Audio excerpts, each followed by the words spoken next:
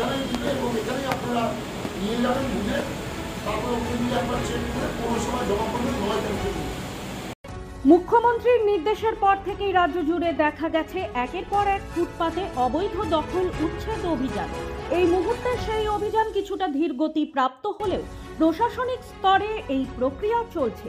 উত্তর দিনাজপুর জেলা সদর রায়গঞ্জ হকার উচ্ছেদ নিয়ে ইতিমধ্যেই পূর্ত দপ্তর মাইকিং করেছে। সেখানে হকারদের নাম নথিভুক্তকরণের প্রক্রিয়াতে অংশগ্রহণ করার অনুরোধ জানানো হয়েছে পূর্ত দপ্তরের পক্ষ থেকে।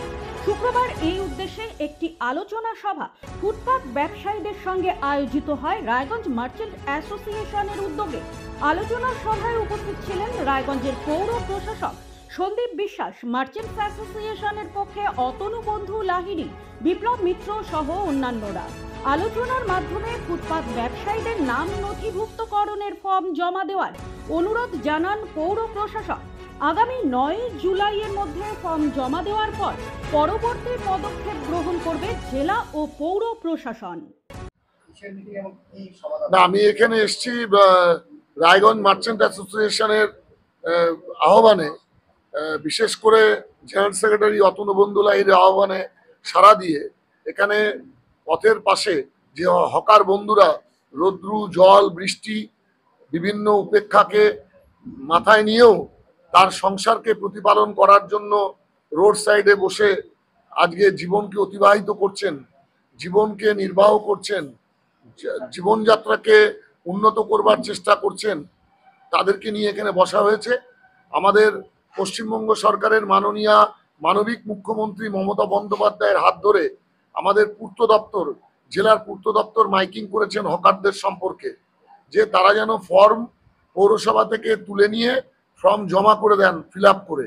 সেই ব্যবস্থাপনাকে আরো সুন্দর করবার লক্ষ্যে আমরা রায়গঞ্জ পৌরসভা থেকে ফর্ম নিয়েই আজকে মার্চেন্ট অ্যাসোসিয়েশনে এসছি, যে হকার বন্ধুরা, হকার ব্যবসায়ী বন্ধুরা যদি তাদের ফর্মের প্রয়োজন পড়ে আমরা দিয়ে যাব, ওনারা ফর্ম ফিল আপ করে রায়গঞ্জ পৌরসভায় লাইসেন্স ডিপার্টমেন্টে জমা করবেন।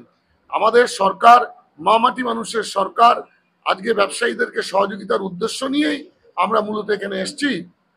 আমাদের মাননীয় জেলা শাসক, মাননীয় পুলিশ সুপার, আমাদের পূর্ত দপ্তরের এক্সিকিউটিভ ইঞ্জিনিয়ার, আমরা রায়গঞ্জ পৌরসভা সবাই মিলিত প্রচেষ্টার মধ্যে দিয়ে মানবিক মুখ্যমন্ত্রীর প্রক্রিয়াকে জারি রাখবার জন্যে এবং রায়গঞ্জবাসীকে, রায়গঞ্জের ব্যবসায়ী বন্ধুদেরকে সহযোগিতার উদ্যোগ নিয়েই আমরা এই ধরনের মানবিক পদক্ষেপ গ্রহণ করতে চলেছি। কতদিনের মধ্যে ফর্মটা ইস্যু করতে হবে? এটা জমা দিতে এবং নিতে আমরা বলেছি আগামী 9 জুলাইয়ের মধ্যে। তার মধ্যে যদি কেউ দিতে মানে না পারেন, সেটা তো পরে আমরা নিশ্চয়ই সে বিষয়ে আবার আলাপ আলোচনা করব। আমরা চাইছি 9 তারিখের মধ্যে ফর্ম নিন এবং জমা দিন। ইজি ফর্ম আছে, বাংলায় ফর্ম, বাংলা আমাদের মাতৃভাষা, আমাদের বাংলায় ফর্ম আছে, সুন্দর করে জমা করে দিবেন এবং তারপরে পরবর্তী পদক্ষেপ আমাদের সরকার জেলা শাসকের মাধ্যম দিয়ে নিশ্চয়ই এখানে করবেন এবং তাদের পুনর্বাসনের জন্য ব্যবস্থা গ্রহণ করবে আমাদের সরকার। মানবিক মুখ্যমন্ত্রীর মানবিক পদক্ষেপ। কি কর্মসূচি আছে যে উদ্যোগটা কিভাবে দেখছেন? দেখুন, আমরা প্রথমেই ধন্যবাদ জানাবো জেলা প্রশাসন এবং পৌর প্রশাসনকে, যে বিষয়ে যে বিভিন্ন জায়গায় প্রতিপার্শ্বস্থ ব্যবসায়ীদের সরে যাওয়ার বিষয়ে যে একটা বার্তা পৌঁছে গেছিল, আমাদের ব্যবসায়ীরা খুব, প্রতিপার্শ্বস্থ ব্যবসায়ীরা উৎকণ্ঠার মধ্যে ছিলেন। আমরা জেলা শাসক মহাশয়ের কাছে শুনতে পারি যে না, প্রথমে আগে ওনাদের নিবন্ধীকরণ, পুনর্বাসনের ব্যবস্থা, তারপরেই হয়তো প্রতিপার্শ্বস্থ ব্যবসায়ীদের একটা বিকল্প ব্যবস্থা করেই হয়তো আমাদের পথের সব ক্লিয়ারেন্সটা করা হবে। তো সেই বিষয়ে আমরা পৌর প্রশাসকের সঙ্গে কথা বলি। পৌর প্রশাসক তাদের দপ্তরের 2 জন স্টাফ পাঠিয়ে আমাদের মার্চেন্টস অ্যাসোসিয়েশনে বসিয়ে ফর্ম ইস্যু করার ব্যবস্থা করে এবং আমাদের এখানকার যারা রোড সাইড স্টল হোল্ডার্স আছে, যে সকল সম্মানীয় প্রতিপার্শ্বস্থ ব্যবসায়ীরা আছেন, সকলেই প্রায় উপস্থিত হয়েছেন। তাদেরকে আমরা প্রশাসনের এই বার্তাটা পৌঁছে দিলাম যে আপনাদের উৎকণ্ঠার কোনো কারণ নেই, উদ্বিগ্নের কোনো কারণ নেই।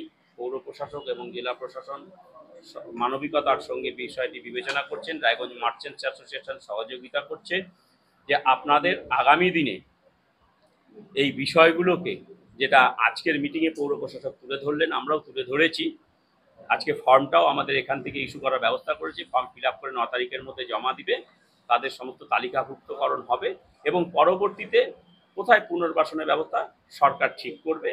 তাতে আমরা আজকের আলোচনায় একটা যে জায়গাটায় পৌঁছতে পেরেছি, যে প্রতিপার্শ্বস্থ আমাদের সম্মানীয় ব্যবসায়ী বন্ধুগণ যাদের জীবন জীবিকা রুটি রোজগার ওই ব্যবসায়ী প্রতিষ্ঠানটার উপরেই নির্ভর করে, তারা অন্তত একটু হলেও আশ্বস্ত হতে পারলেন যে আগামী দিনে অন্তত তারা ব্যবসা করতে পারবেন এবং যদি তাদের কোথাও স্থান ত্যাগ করতেও হয় তাদের একটা স্থায়ী একটা পুনর্বাসন করার পরেই হয়তো তাদের যে জায়গায় তারা ব্যবসা করছে সেই জায়গাটা হয়তো ছাড়তে হতে পারে। এই ধরনের একটা আশ্বাস আমরা পৌর প্রশাসনের থেকেও পেয়েছি, আমরা জেলা প্রশাসনের কাছ থেকেও পেয়েছি। এই বার্তাটা আমরা সর্বস্তরের ব্যবসায়ীদের কাছে আপনাদের মাধ্যমে পৌঁছে দিলাম। ব্যুরো রিপোর্ট, নিউজ বৃত্তান্ত। Wait. So this was your wedding look. Oh my god, Tammy, you look pretty. Dhaka থেকে যখন আইছিলাম এ হগল আমার মা আমারে পরাইয়া দিছিল। It's so authentic, Tammy. I will go for this look. But what about my goina? সাদা রঙের রুমালটিতে গোলাপি রঙের কাজ, সব মিলিয়ে দারুণ হবে নতুন কনের সাজ। আমার গয়না আমার শ্রী ঢাকা জুয়েলার্স, আভিজাত্যের গয়না। সব মাই চায় মেয়েকে রাজরানীর মতন সাজাতে, সাজিয়ে তুলতে চায় সোনার গয়নায়। ওরিয়েন্ট জুয়েলার্স, সোনা যা সর্বক্ষণের। ছোট ছোট অনুভূতি, স্মৃতিগুলো থেকে যায় সব সময় আদরে। কুকু কুকু কিরে হলো? আসছি। লকডাউন সময় তো হয়ে এলো। কিছু স্মৃতির ভাজেই তোলা থাকে শুভারম্ভে প্রাপ্তি।